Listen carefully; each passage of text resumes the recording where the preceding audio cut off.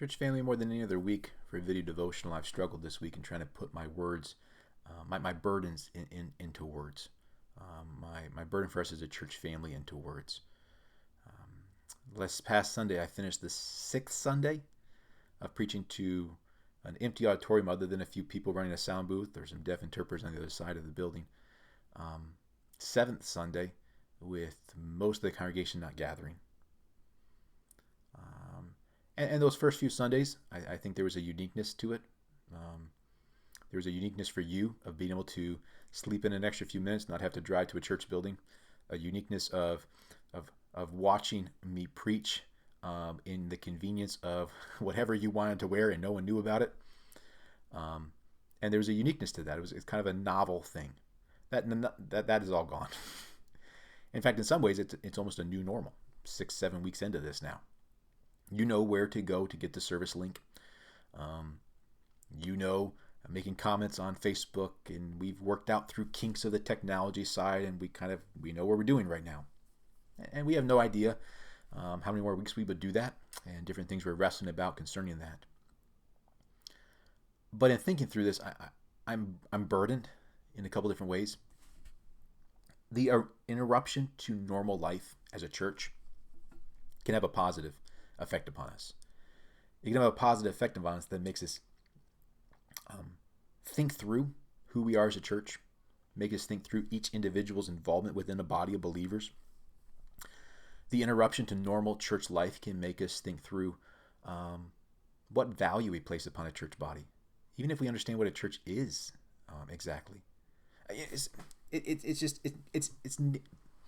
human nature that normalcy breeds familiarity. Familiarity breeds taking things for granted, where we know what to do. You see this all the time in our individual lives. Normal days after normal days after normal days, and we end up going on autopilot mode. And with us as a church, for some of you, you've been doing the same church location family of believers for a decade plus. If you go back to an old building, the same church for decades. And normalcy is a good thing if you're doing a good thing. But often, sometimes normalcy just brings into a lackadaisical approach to something, taking something for granted.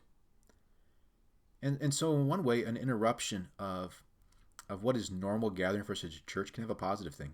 It can make us stop and say, wait a minute here. It can provide perspective for us. But there's also a danger, and I want to warn us to the danger. 6-7 weeks into now, and you're beginning to say, wait a minute here. This is really nice. I don't have to get dressed up into something that looks presentable. I don't have to do my hair. Pastor can just do that, and we can all watch him, and we get to do church. That's a danger. And I want to warn us against the danger of that. There can be an amazing positive of this that makes us stop what we normally would do and ask some good questions about what is the church and have we been valuing the church the way we should be valuing it. But there's also a danger of it that we begin to not view the church the way it should be viewed. The outcome of this better not be that online church becomes the new thing. That's an oxymoron. That's not a church. A church is a body of believers gathered. And so I want to just kind of warn us for a second that suffering can provide perspective for us, and I hope it's doing that for us about the church as a body. But I also want to make sure that we understand that what we're doing right now is not ideal. This is not what we hope to do long term. In a lot of ways, as a church, normalcy and making us think through some things because things have changed is true for us individually within our own lives. Normal everyday lives, where we know what to expect and we go through it, often breeds for us the ability to go through it. Just go through the motions. We don't have to be engaged. We don't have to trust God. At least we don't think we do. We think we're in control.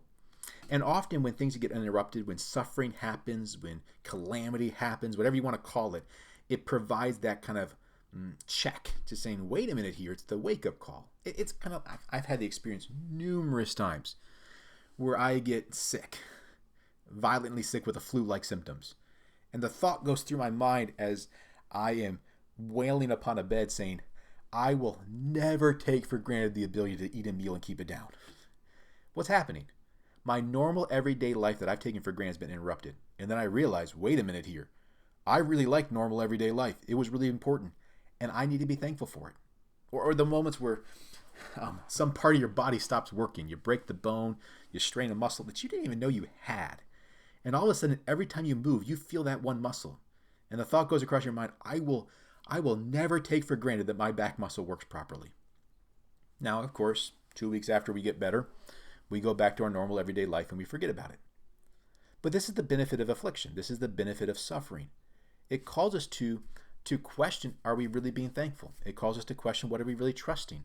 It provides that check to push us back in our thinking. The psalmist does this on an individual level. Psalms 119, verse 67. Before I was afflicted. So normal life, no affliction, just normal life, I went astray. And astray doesn't have to be I was actively attacking God. I was rebelling against God astray. Astray can just simply be I wandered. I went into autopilot mode. I wasn't really thinking about God the way I should have been thinking about God. I wasn't loving him the way I should have been loving him. But affliction comes, he says, and it stopped me from going astray. It checked my thinking. It made me realize I wasn't trusting God the way I should have trusted God. But now I keep his commandments. Now I keep his word, is the statement he finishes that verse with. Which is why then in verse number 71 he can say, it's good for me that I was afflicted. There was actually positive there. That I might learn of God's statutes, learn of God's commandments, learn to love God with all my heart, soul, and mind. So there can be a perspective that suffering brings, a positive that suffering brings in us, if it causes us to check our thinking and become more biblical, more God-glorifying, more loving to God because of it. That so often in our normal everyday life, we just kind of drift away from that in our thinking. Now, on an individual level, I welcome you to apply it into your life. The psalmist is extremely vague. Affliction doesn't define it. Wander astray doesn't define what it looked like in his life. And so it really makes it this broad principle that I invite you to apply into your own life. Because I know when we get to afflicted, with a church our size, we're defining that in a lot of different ways. You're filling the afflicted blank in a lot of different ways.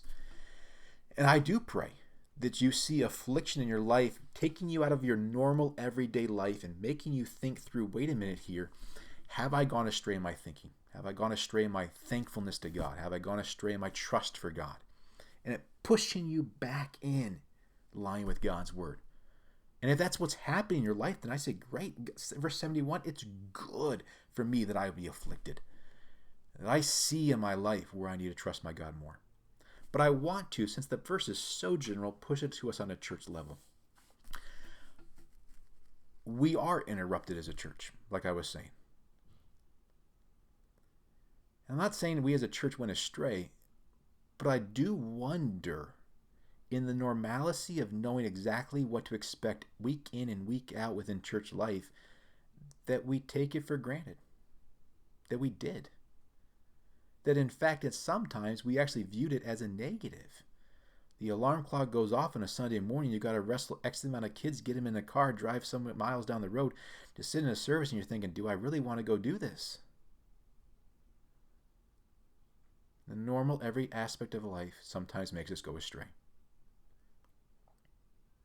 But affliction causes us to wake up and say, wait a minute here. It causes us to think through what really had value for us as a church family. What we miss as a church family. I pray that the breaking of the normal gathering of the body for us provides perspective for us as a church. For us to think through what is a church and think through the true value of what is the body of believers coming together. What we're doing right now is not ideal, and we can't continue to do it week in and week out without there being negative spiritual consequences for us. We're called to gather. We're called to observe the ordinances, baptism, Lord's Supper. We can't do that right now. The solution is not more online church. In fact, I was grieved. I was hearing an article this past week about things that will change because of the virus within churches. And the number one statement was online church will continue to grow. That's an oxymoron. Online church is not church. It's not a gathering of believers to observe the ordinances together and accomplish the one another's that we're called to accomplish. It won't happen. But in the meantime, as we make the best of a hard situation that's not ideal as a church family, I do pray that it provides perspective for us. It causes us to say, wait a minute here, in my view of church, in my view of the body of believers that God has placed me in, do I value it? Do I understand what it really is? Because there's going to come a day for us as a church and for you individually where we'll begin putting back pieces of the puzzle. We'll begin thinking through, okay, what happens now for us as a church? What does this look like?